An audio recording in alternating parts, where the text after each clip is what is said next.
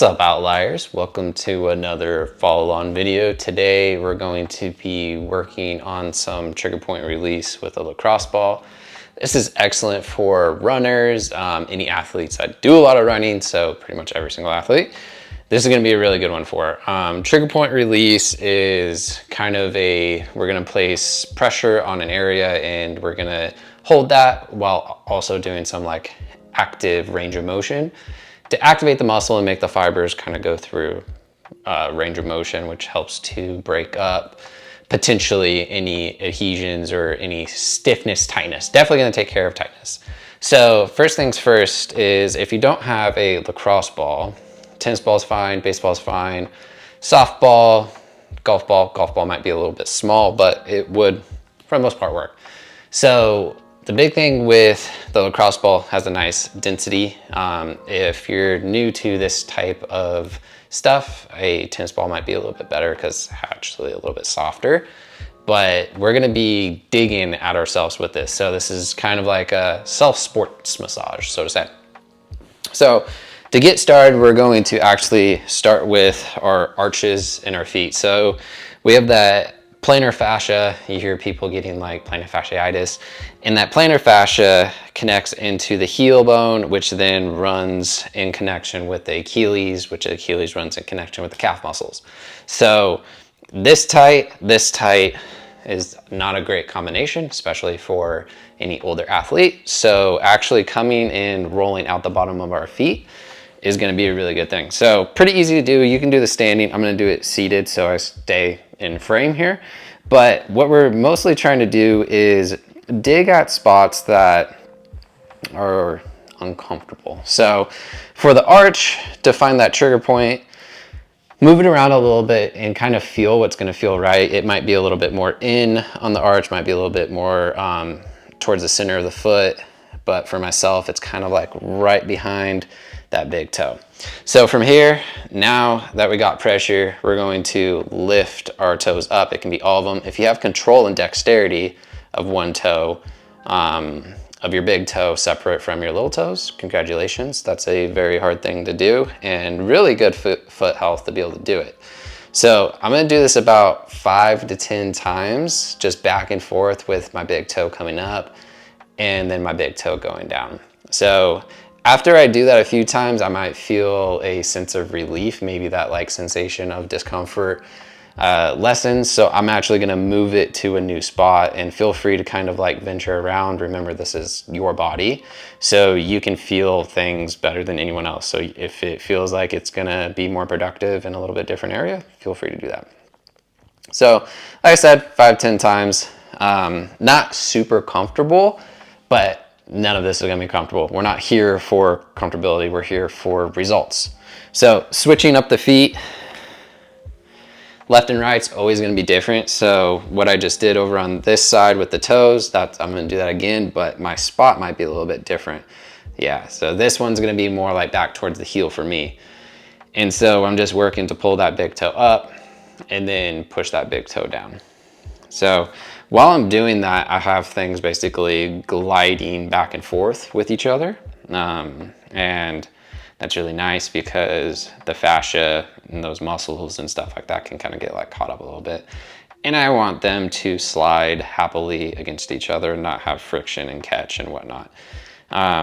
Very common for the bottom of our feet to be super tight. If you're not into barefoot shoes, toe spacers, all that jazz, then your feet get put into these non-foot shaped shoes all day. Everything gets really tight. Then maybe you go off for a run. You want to go play pickleball. You want to go play basketball, whatever it is with your friends, and your feet aren't very cooperative. Kind of makes a lot of sense, right? So 5, 10 times on each foot. That's what all we're gonna do for our feet. Now, there's a ton of stuff you can continue doing for your feet with the lacrosse ball, like actually rolling it out. If you sit at a desk all day, plop the lacrosse ball on the floor, roll your feet out. They will thank you, they'll feel a lot better, and you'll actually feel a lot of relief upstream from that as well, because this is the thing actually in contact with the ground. So, speaking of upstream, we're gonna move upstream. So, we're gonna move to 2 different muscles, and we'll do them both on one side, and then we'll move to the other side and do both on the other side. So these muscles, first off, are our proneus muscles, which the proneus muscle, if we kind of like dorsiflex our dorsiflexion, bring our toes up to our shin, that'll flex our anterior tib or tibialis, and then also our proneus muscle. So the tibialis is more of that like bigger muscle in the front, while the proneus muscles, there's a longus and brevis, the longest up here, brevis down here, are more of like these ropey muscles kind of on the lateral outside part of your shin. So we're gonna start with the proneus. So with the lacrosse ball, tennis ball, whatever we're using, we're just gonna find this and we're just gonna place some pressure on it. Not super comfortable, but like I said, we're not here for comfort. So compared to the feet, this might be a little bit more uncomfortable because the tissue is not as like rigid. So pressing into it, only press what you can handle. And from there, we're going to dorsiflex. So we're going to bring our toes up towards our shin. That's our dorsiflexion. And then we're going to evert. So eversion is if I'm wrapping my ankle outwards, or if I'm trying to basically pull my pinky toe up towards the outside of my shin. So we're doing that because that's actually exactly what this muscle does, is it helps with dorsiflexion and eversion, which if we're runners, if we're active athletes and stuff like that, these muscles get a lot of work because they're helping to stabilize the ankle while you go through your running. So just like with the feet, 5 to 10 on each side. Keeping count's not my forte, so we're just gonna kind of do one more, then we'll move to the tibialis anterior because there is a posterior. So tibialis muscle, on me, I have a pretty predominant tib anterior. That's of all my sprinting days, a lot of dorsiflexion in that, so mine's pretty out. But if yours isn't, don't worry. You got your shin bone, you're just gonna go to the outside of your shin bone and you're gonna be pretty darn close to being on that. And if it's uncomfortable, you know you're on it. So for the tib, we go dorsiflexion, inversion. So inversion is gonna be pulling, or I should say pushing the baby toe away. So we're gonna dorsiflex, push the baby toe away. And that one is sensitive on me, dude, dang. Yeah, so dorsiflexion, baby toe pushed towards the floor. And none of this is fun, but it's probably one of the more effective ways to help alleviate lower extremity tightness for runners.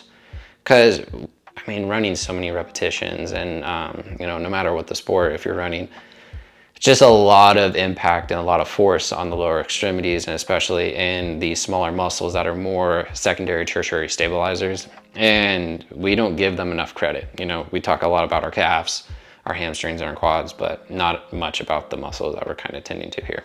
So feels pretty good. We're gonna move over to the left side, or I should say other side, depending on which side you started with. And once again, left and rights definitely feel a lot different. So we're going to start with the proneus, and we're going to dorsiflex and draw the pinky toe outwards and up towards our hands. My left leg, personally, is sometimes my worst leg. I've had many injuries with it.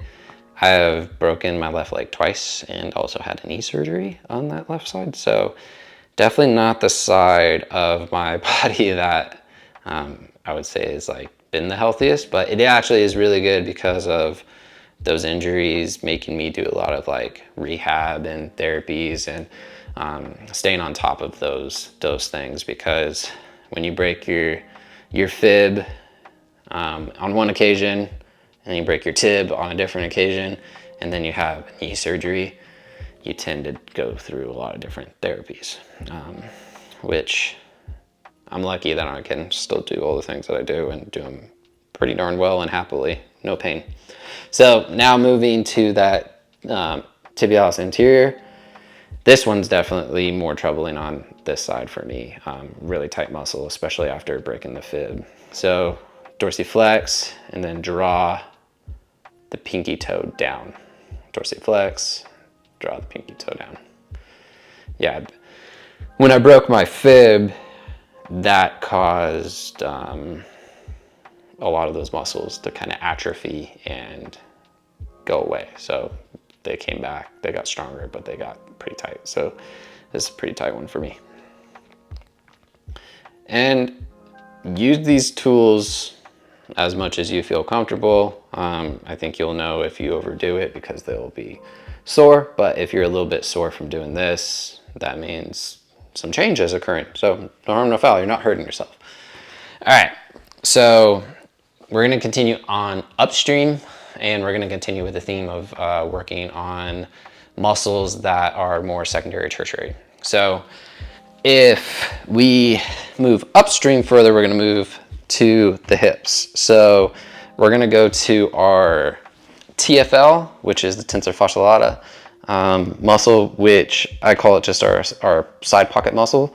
So we have our hip flexors that are more parallel, more in front, and then we got our TFL, which is if you feel your hip bone and then you go to your femur or your greater trochanter of your femur, in between there is this nice muscle of that TFL. The name says it all.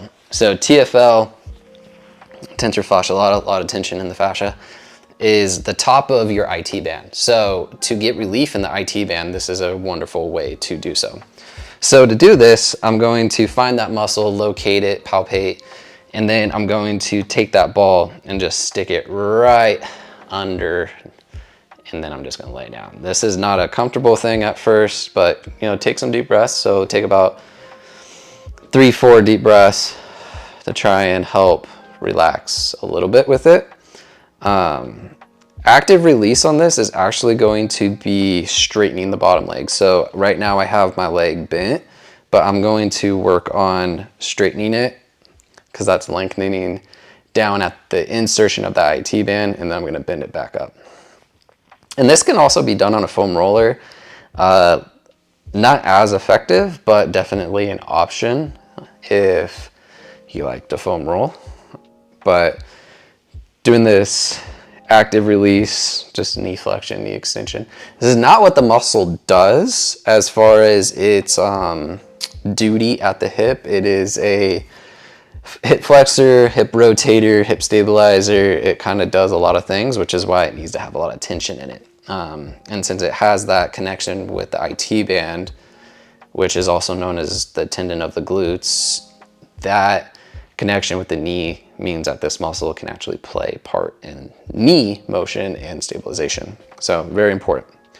Now, we'll stay to one side. We're gonna go to another muscle that actually runs into the IT band and connects with the IT band coming down to the knee, and that's your glute medius. So glute medius, if we find that greater trochanter again, that's the outside of your femur.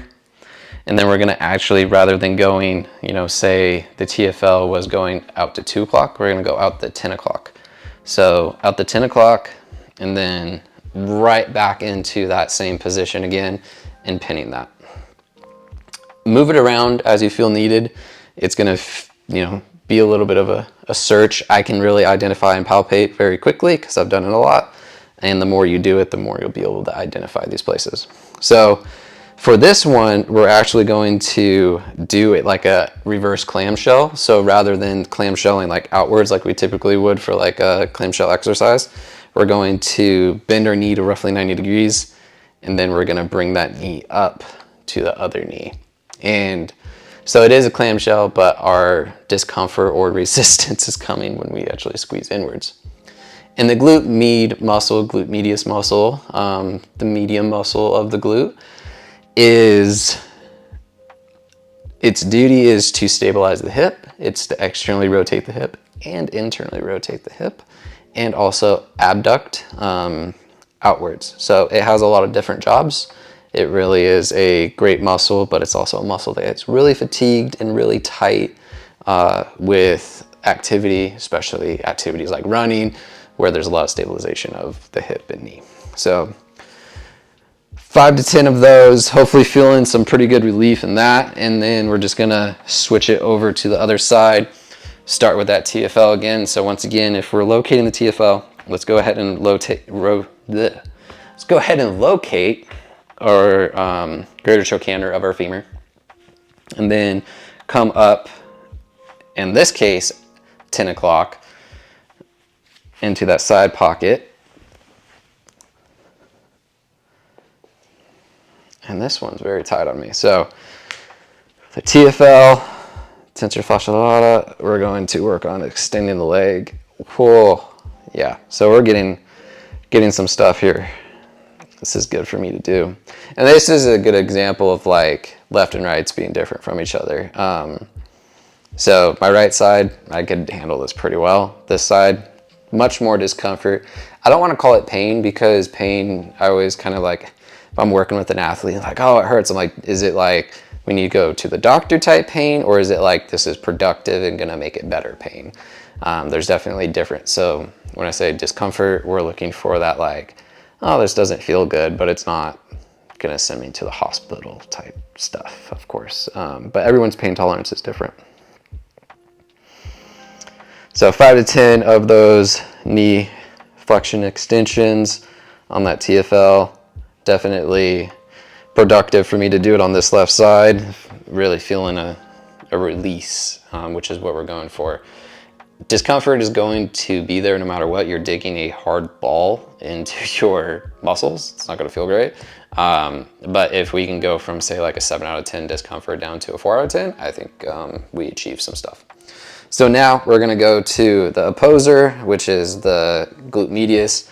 And remember, the glute medius basically, if we're at the top of that greater trochanter, TFL goes one direction and the glute med goes the other direction. So hopping in on that, and then this one we go to bent 90 degrees, and then we got that reverse clamshell type action going on here, which, whoa, mama. Yeah, so my left side is not thrilled, but this is good. And it is really uncomfortable. Like, you know, even for me doing this, like I'm definitely not like loving the discomfort, but I can handle it, which, you know, should go to show that like, okay, this is not feeling great, but I know this is productive. So if you're going through this and you're like, whew, I don't know, man, this hurts, you know, just like either reduce the pressure or just work through it, and it's gonna start feeling a little bit better, a little bit better, a little bit better. You know, as I'm going through these reps, it is improving. So my level of discomfort is definitely reduced. I would say that one started at like that one definitely started like at 8, but now I'm like down to a 3. It's like almost gone actually. So super productive, you know, for me to actually work that left hip a little bit more. So good news is I actually learned something here with you. And hopefully all these things are helpful to, you know, releasing some tension in those muscles, those supporting, stabilizing muscles for running, for sport activity and stuff like that. Once again, if the lacrosse ball is too aggressive, maybe you went through it with a lacrosse ball, maybe next time try it with a tennis ball. And if you tried it with the tennis ball this time, maybe next time try it with a lacrosse ball. So there's always progressions to be done, and you know, it's a really good thing to work these muscles, and feel free to do some stretching and moving afterwards to help with some blood flow and circulation.